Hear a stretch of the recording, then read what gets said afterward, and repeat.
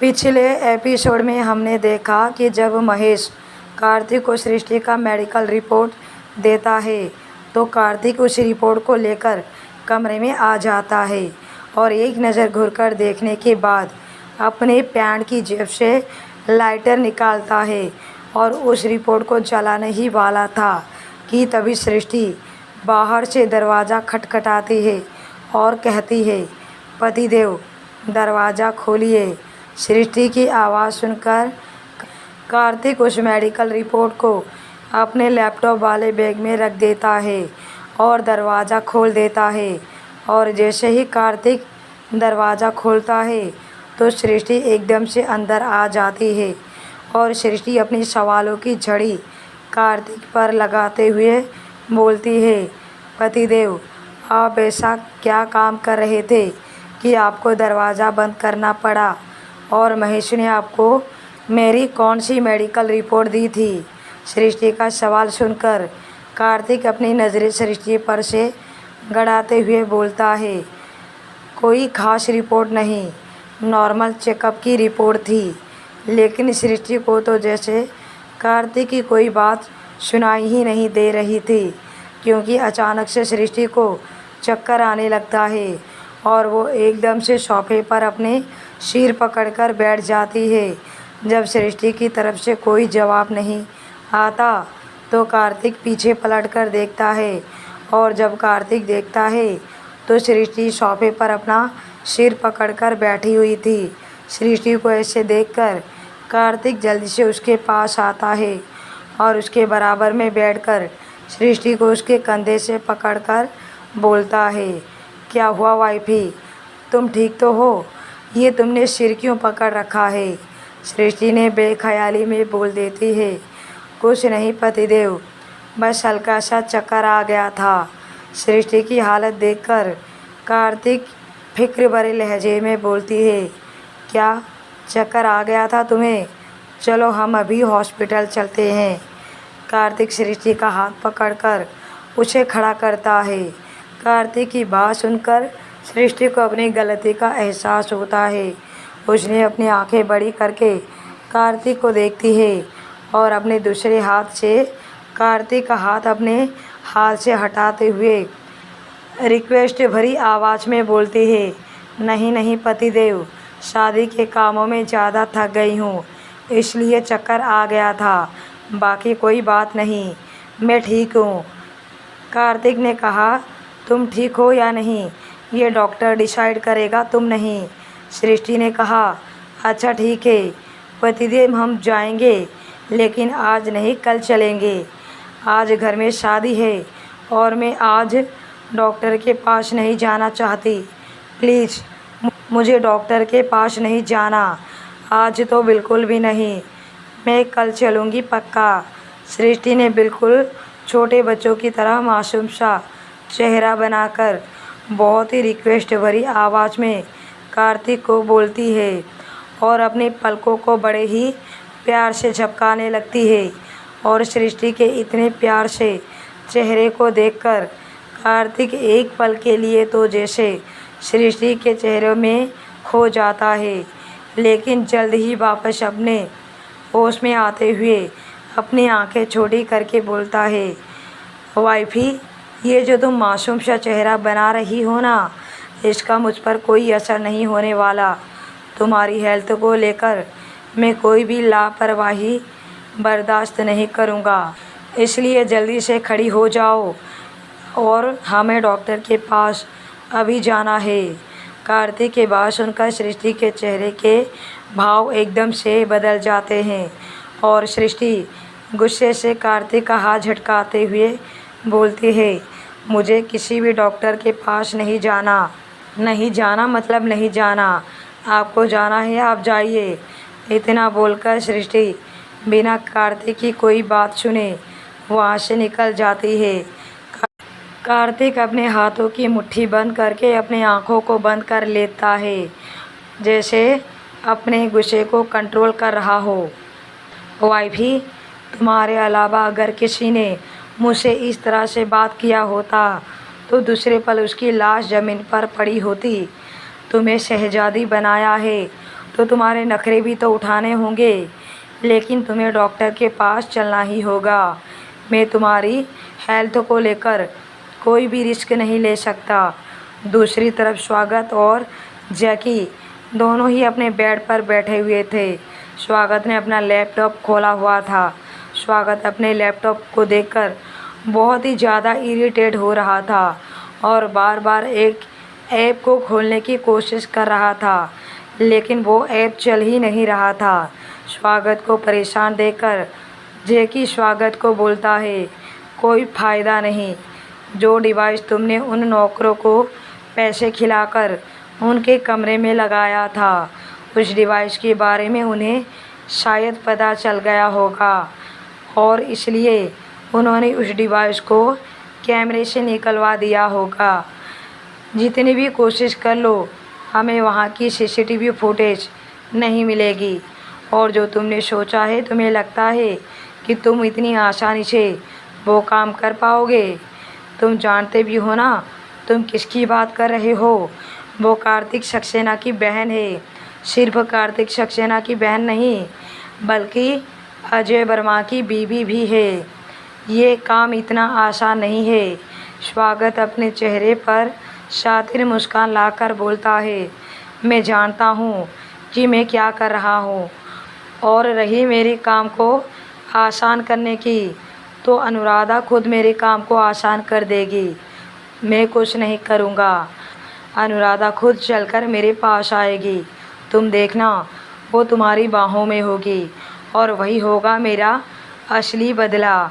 जब कार्तिक सक्सेना के इज्जत की धज्जियाँ पूरे दुनिया में उड़ेंगे और अजय वर्मा की घर की इज्जत किसी और की बाहों में होगी। यहाँ सभी लोग शादी की तैयारी में लगे हुए हैं। अनुराधा के लिए स्पेशल मेकअप आर्टिस्ट को मुंबई से बुलाया गया था और अनुराधा को तैयार करने के बाद वो मेकअप आर्टिस्ट सृष्टि को तैयार कर चुका था। अब बस फाइनल टचअप कर रही थी। अब थोड़ी ही देर में सृष्टि भी तैयार हो जाती है। सृष्टि ने एक ऑरेंज कलर का लहंगा पहना हुआ था और पूरी तरह से ब्राइडल की तरह तैयार हुई थी। अनुराधा भी आज खूबसूरती में कहर ढा रही थी। बाहर गार्डन में कार्तिक कुछ लोगों से बिजनेस की बातें कर रहा था। अजय शादी के मंडप में बैठे हुए शादी होने से पहले की रस्मों को निभा रहा था। तभी पंडित जी बोलते हैं, जजमान दुल्हन को बुला लीजिए। और आरती जी अनुराधा को बुलाने के लिए चली जाती है। थोड़ी ही देर में सृष्टि जो अनुराधा के पास थी, अनुराधा को लेकर गार्डन में आती है और जैसे जैसे कार्तिक और अजय की नज़र सृष्टि और अनुराधा पर जाती है, तो वो दोनों उन्हें देखते ही रह जाते हैं। दोनों बहुत ही खूबसूरत लग रही थी। सृष्टि अनुराधा को मंडप में अच्छे से बिठा देती है और फिर कार्तिक के पास आकर खड़ी हो जाती है। सृष्टि का ध्यान तो अनुराधा और अजय की शादी पर थी, लेकिन कार्तिक का पूरा ध्यान सृष्टि पर था। तभी पंडित जी बोलते हैं, वधू का कन्यादान करने के लिए वधू के पिता को बुला लीजिए। पंडित जी की बात सुनकर अनुराधा का मुस्कुराता हुआ चेहरा एकदम से मुरझा जाता है और उसकी आंखों में हल्की नमी बनाती है।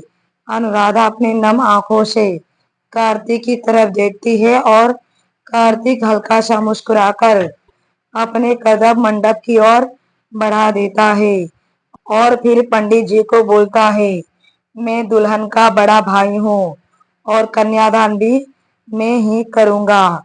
मैंने अपनी बहन को अपनी बेटी की तरह पाला है। आज उसके पिता का कर्तव्य भी मैं ही निभाऊंगा। पंडित जी ने कहा, जी जरूर जजमान, बड़ा भाई पिता के ही समान होता है। अगर आप शादीशुदा है तो अपने अर्धांगिनी को बुला लीजिए। पंडित जी की बात सुनकर कार्तिक पलटकर सृष्टि की तरफ देखता है। सृष्टि भी मुस्कुराकर कार्तिक के पास आकर खड़ी हो जाती है। फिर सृष्टि और कार्तिक दोनों ही अनुराधा का कन्यादान करते हैं। फिर पंडित जी अनुराधा और अजय को फेरों के लिए खड़े होने के लिए बोलते हैं। अनुराधा और अजय फेरों के लिए खड़े हो जाते हैं। अजय अनुराधा का हाथ पकड़कर उसके साथ फेरे लेने लगता है और हर फेरों के साथ उसे वचन भी देता है, जिंदगी भर साथ निभाने का वचन, हर सुख दुख में साथ निभाने का वचन, एक दूसरे पर भरोसा रखने का वचन, जिंदगी भर अनुराधा के हिफाजत करने का वचन। ऐसे ही 7 फेरे पूरे होते हैं और फिर अनुराधा और अजय वापस से उसकी जगह पर बैठ जाते हैं। तभी पंडित जी बोलते हैं, वर पहले कन्या की मांग में सिंदूर भरिए और फिर वधू को मंगलसूत्र पहनाइए। अजय सिंदूर लेकर अनुराधा की मांग में भर देता है और इस एहसास को पाते ही अनुराधा अपनी आंखें बंद कर लेती है और ना चाहते हुए भी अनुराधा के एक आंख से आंसू का कतरा लुढ़क कर उसके गाल पर आ जाता है और थोड़ा सा सिंदूर उसकी नाक पर लग जाता है। अजय उस आंसू के कतरे को देख लेता है। अजय अपनी उंगलियों के पिछले हिस्से से अनुराधा के आंसुओं को साफ करता है और अजय अनुराधा की तरफ देखकर मुस्कुराते हुए अपनी पलकें झटका देता है। तभी पंडित जी की आवाज आती है। पंडित जी बोल रहे थे, बेटा यहाँ पर मंगलसूत्र नहीं है। और फिर पंडित जी आरती जी की तरफ देखकर बोलते हैं, बहन जी मंगलसूत्र मंगवा लीजिए, अब वधू को वर मंगलसूत्र पहनाएगा। आरती जी सृष्टि की तरफ देखते हुए बोलते हैं, बेटा मंगलसूत्र तो मैंने तुम्हें दिया था ना, कहाँ पर रखा तुमने? तुमने मंडप में नहीं रखवाया? सृष्टि कुछ याद करके अपने सिर पर चपत लगाते हुए बोलती है, वो मंगलसूत्र तो मेरे कमरे में ही रखा है, मैं मंडप में रखवाना भूल गई। आप बस 2 मिनट रुकिए, मैं अभी लेकर आती हूँ। इतना बोलकर सृष्टि जल्दी से अपने कमरे में भागती हुई चली जाती है। सृष्टि अपने कमरे में पहुंचकर चारों तरफ मंगलसूत्र ढूंढने लगती है, लेकिन सृष्टि को मंगलसूत्र कहीं भी नहीं मिल रहा था। सृष्टि सारी अलमारी, सारे ड्रॉअर सब चेक करती है, पर सृष्टि को मंगलसूत्र कहीं नहीं मिलता। बाहर सभी लोग मंडप पर सृष्टि के मंगलसूत्र लाने का इंतजार कर रहे थे और तभी सृष्टि का ध्यान कार्तिक के लैपटॉप के नीचे रखे गोल्डन बॉक्स पर जाता है। बॉक्स को देखकर सृष्टि के चेहरे की मायूसी और परेशानी सब एक पल में ही गायब हो जाती है। उसकी आंखों में एक चमक आ जाती है जो बॉक्स को निकालती है, लेकिन तभी कार्तिक के लैपटॉप का बैग नीचे गिर जाता है। सृष्टि झट से बैग पकड़ लेती है, लेकिन तभी उनमें से कुछ फाइल के पेपर निकलकर बाहर गिर जाते हैं। सृष्टि जल्दी से उन पेपर को बैग के अंदर रखने ही जा रही थी कि तभी सृष्टि का ध्यान एक पेपर पर जाता है जो कि एक मेडिकल रिपोर्ट थी और उसमें पेशेंट का नाम लिखा हुआ था, सृष्टि सक्सेना। सभी लोग काफी देर से सृष्टि का इंतजार कर रहे थे। तभी पंडित जी आरती जी को बोलते हैं, बहन जी जरा जल्दी कीजिए वरना मुहूर्त का समय निकल जाएगा। मुहूर्त पर अगर शादी नहीं हुई तो शादी में बाधाएं आने लगते हैं। पंडित जी की बात सुनकर आरती जी अपने गर्दन हाँ में हिलाती है और बोलती है, जी रुकिए पंडित जी, मैं खुद जाकर देखकर आती हूँ, सृष्टि बिटिया कहाँ रह गई। इतना बोलकर आरती जी सृष्टि के कमरे की तरफ बढ़ जाती है तो दूसरी तरफ सृष्टि उन फाइल के पेपर्स को वापस से कार्तिक के लैपटॉप वाले बैग में रख रही थी कि तभी उसकी नजर एक पेपर पर जाती है जो शायद एक मेडिकल रिपोर्ट थी। सृष्टि उसमें पेशेंट के नाम श्रीमती सृष्टि कार्तिक सक्सेना लिखा हुआ था। सृष्टि इससे आगे कुछ पढ़ पाती कि तभी आरती जी जल्दबाजी में परेशान होकर सृष्टि के कमरे में आती है और सृष्टि को इस तरह से बैठा हुआ देखकर परेशान होकर बोलती है, सृष्टि बेटा, तुम यहाँ आराम से बैठी हुई हो और वहां पर शादी का मुहूर्त निकला जा रहा है, तुम्हें मंगलसूत्र मिला या नहीं? सृष्टि आरती जी की बात सुनकर एकदम से बोलती है, हाँ, मुझे मंगलसूत्र मिला और मैं बस लेकर आ ही रही थी। इतना बोलकर सृष्टि उस रिपोर्ट को जल्दी से होल्ड करती है और अपने बेड पर तकिया के नीचे रख देती है और फिर आरती जी और सृष्टि दोनों ही जल्दी से पंडित जी के पास पहुंचते हैं, उन्हें मंगलसूत्र दे देते हैं। पंडित जी मंगलसूत्र अजय को देते हैं और अजय को अनुराधा को मंगलसूत्र पहनाने के लिए बोलते हैं। अजय अनुराधा को मंगलसूत्र पहनाता है। साथ ही पंडित जी बोलते हैं, विवाह संपन्न हुआ, आज से आप दोनों पति पत्नी हुए, एक दूसरे के साथ जीवन भर के साथी हुए और अब अपने सुखद ग्रस्त जीवन को आरंभ करने से पहले बड़ों का आशीर्वाद ले लीजिए। पंडित जी की बात सुनकर अजय मुस्कुराकर अनुराधा की तरफ देखता है और अनुराधा की उंगली में अपनी उंगली फंसाकर उसके हाथ को मुस्कुराकर पकड़ लेता है।